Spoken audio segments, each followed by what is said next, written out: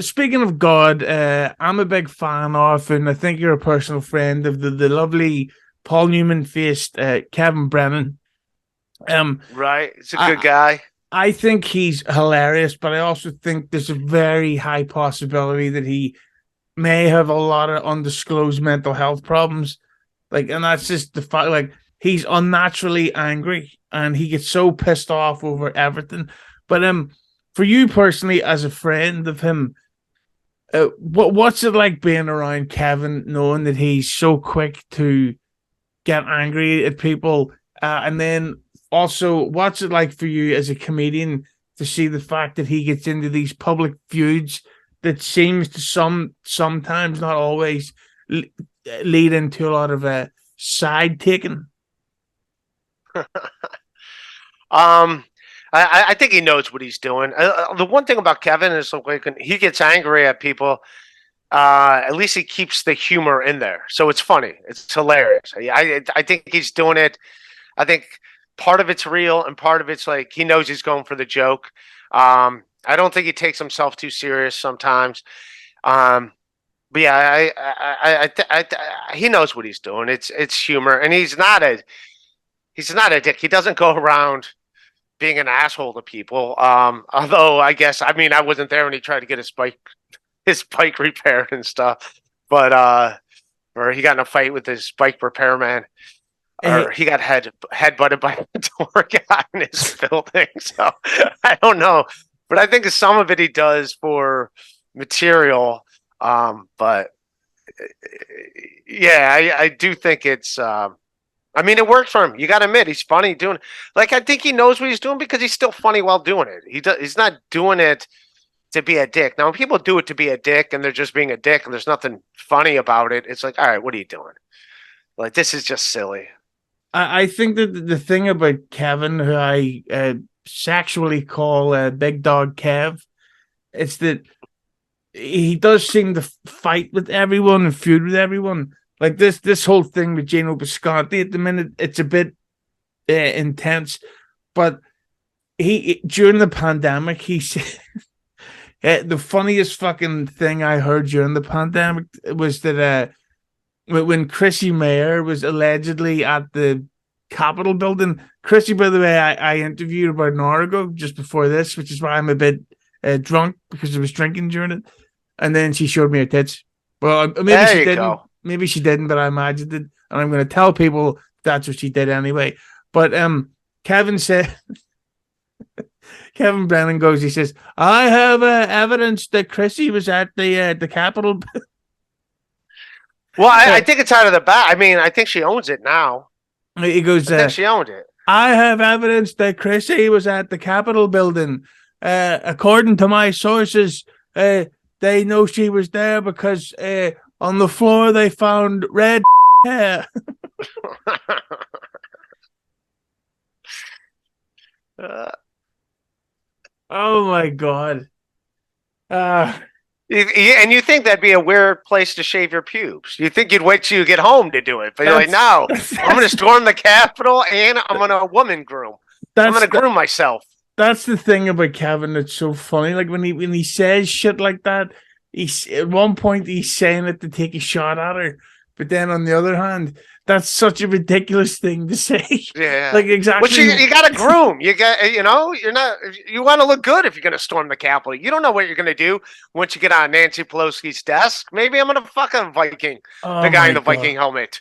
You don't know. Maybe he pulls out his schlong and you want to be ready. But does it ever cause any problems with you? Like maybe when you're trying to get gigs or whatever, like Brennan has all these feuds and people would know that you're friendly with him. Does that ever cause any drama for you? No, no, not at all. I'm just the people place that don't book me just don't book me because they don't like me. I guess it has nothing to do with It's Maybe nothing to it's do with.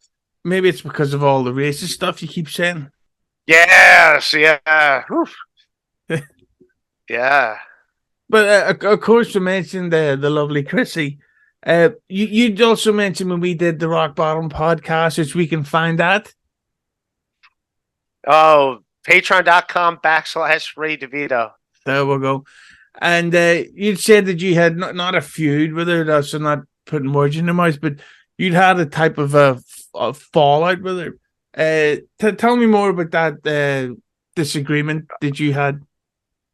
Oh, I'm not gonna say it's a fallout. I was just at a place. I kind of don't want to bring that because I work at that place, so I just don't want to bring that place up. So it's not anything. And by the way, I don't dislike Chrissy, or I have no ill will towards her. I'm never took shots at her, but she was always a good friend of mine. So it just hurt to like that night that for whatever reason to um to do that. But then again, that was, I guess, the thing before we ended up at the comedy club. There was an event that my buddies Danny Polachuk and Ryan Long were at, whatever it was, and then they were having an after party at this comedy club, and yeah, and then they decided to do an impromptu comedy show, and I was like, yeah, I'll do a set. Yeah, why not? So yeah, I was going to do a set, and yeah, and then I went up at the end, and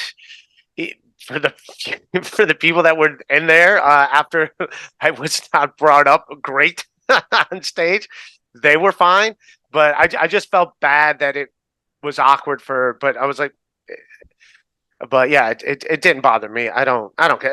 That's in the past. I think like her and Gino, I think they created their audiences, and good for them. Like, you know what I mean? Like, you got your audiences, and that's fantastic. That's what we all want. And people come out to see them. Their audience comes out to see them do what they do, and good for them. They make money off that, and that's great. Now, does it play to the mainstream? Like, if I don't know who they are and they come off the street and you're at a established comedy club expecting to see a professional comedian, and then you get whatever they do, are they gonna? I don't know. That's I haven't really seen them in that environment. So I don't know. I don't know if they. And hey, thanks to them and the success they've done doing their own thing, they don't need to do that anymore.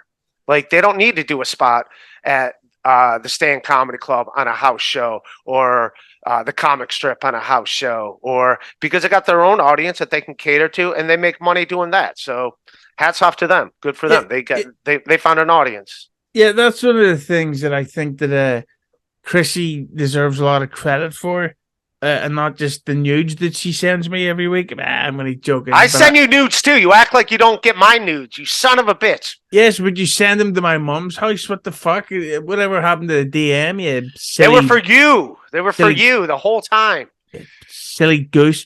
But I think that, like, during the lockdown, everybody was fucked and didn't really have it. So Chrissy was sort of like, you know what? I'm gonna not only double down, I'm gonna like octuple down. And I'm going to do fucking 50 live streams a day. I'm going to do 1 million interviews a day. I may be slightly exaggerating those numbers, but you know what it's like when you're completely on drugs, right, Ray? Yeah, fuck yeah. I'm on drugs right now, man. Rock and roll, fuck yeah. But with Kiss Rules, Kiss Army. But I think that with Chrissy, not that I'm saying you didn't have your own thing, and you did say it's not that big of a deal, but I think that there's some comedians like Kevin Brennan, who I like, and then of course Chad Zumock, who I get along with, give her shit for being ambitious, if that makes sense. Does that make sense? For being what? Like ambitious, like she knew. But I can't just. Well, you're supposed to be ambitious. Yeah, exactly. Yeah, yeah. I'll give Kevin shit. How you gonna get mad at someone for being ambitious? Let him be ambitious. Should we get him on the air and give him some? Yeah, shit? Give him some shit. Get him on here. That's the one thing you will say. Like, when I do his podcast, I do give him. I do stick to whatever my thing is. I don't. But yeah, no, good for her being ambitious. That's great. Yeah, but that's why I don't get it. Why fucking why like I fucking forgot his name. Oh yeah, like Chad Zumock, who I get along with. It looks like him and Kevin are back together. Yeah, and that should be good for them. I'm glad. I thought they were good together. Yeah, and I'd have sent I'd have sent Kevin the link in case he comes on. I'll give him some shit. It'll be funny for Christmas. Yeah, give him some shit. He's got it too easy. Yeah, motherfucker.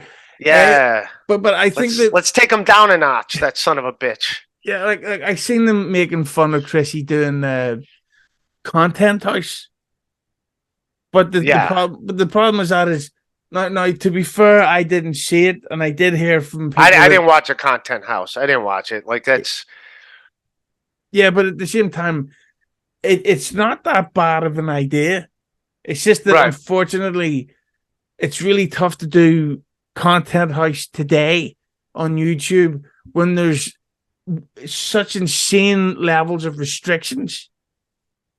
You know what I mean? Like, you're saying they should have done it like on a porno site? Why were they having sex on this live stream? You know, apparently Gino did get a trouser kiss, as they call it in the streets. A treasure kiss? I don't. A trouser. They kissed. Oh, trouser. Them chick kissed him in the pants, man. I did stop by. I was in New York last week, and I stopped by with Levy and Brennan for Humia's show, and they were shitting on the Content House, and apparently for the next Content House, Kevin got hired as a program director, so it'll be up to him to decide what they do in the Content House. So, but that's the thing. Is like what Big Dog Kev's going to find out is that I think that Chrissy did the best that she could within those restrictions. YouTube's. What did you want them to do? Were they supposed to get naked and stuff? Well, what are the women there for? Conversation? Not in my watch. Yeah, I hear you on that. They're for cooking and cleaning and kiss albums. The only Content House stuff I saw was on Kumia last week. And yeah, I saw Gino was sitting, like they were making fun of the way Gino was sitting, how he like crosses his legs. Like he said, but that's the way my uncle used to sit. My uncle, because he had hemorrhoids. So he would always sit like the leg up weird like this, where you're like kind of like crossing your legs, but like sitting on that's more an anti-hemorrhoid move. That's what I know it in DeVito household. So Kevin was saying it's a gay way to sit, but I think it's more, yeah. But I don't know if Gino. But then I did afterwards. Of course, I knew where to find Gino. I went across the street to the bar. I said hello. Gino met me, giving me shit, yelling at me. And then when he saw it didn't bother me, he apologized and gave me a hug and bought me a beer and a shot. So what was he giving you shit for? He was basically saying like he called me not funny, and that I was never funny on his show, and which is fine. I'm not for his show. Like, get what I'm saying? So like I'm not in hot water. Well, what in hot water is now? Like I'd be out of place sitting there because I'm not. I don't say obnoxious things just to say obnoxious things or whatever. But it was fine. I don't hate the dude. And like I said, what they've created, him and Chrissy, they found a fan base that dig them, that are into that. And that's great. That's what you got to focus on. You know, if I can make a living just doing stuff for people that like me specifically, that'd be awesome. Yeah. But I've got to say as well, though, I love the fact that it's the way Gino sat that Kevin thought made him look gay, and not the way he was dressed and speaks and dances. Yeah, I did think it was funny. He had the headband on. Him and the other guy, they both had their different color headbands, and they were running around the kitchen making food together.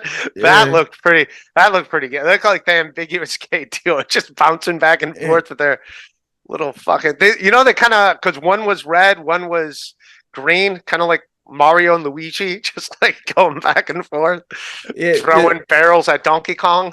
Gino looks like he is praying 24/7 for that Dire Straits reunion tour.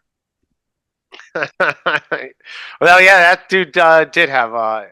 That's the only dude I knew that wore a bandana like that. Well, Tom Hanks won more in the film Philadelphia. You know what I'm saying? Oh yeah. You got some of that Rosario Dawson ass. Hey, that's. I'd rather get. Who did he get AIDS from in that film again? Antonio Banderas. I guess if you're a gay dude, Antonio Banderas in the '90s is not a bad way to get AIDS. Really? Did he get it from Freddie Mercury? I know Freddie Mercury had it. See, the thing about Freddie Talk Mercury. about right on with casting. That would have been right there. Oh no, he was long gone by the time Philadelphia came out.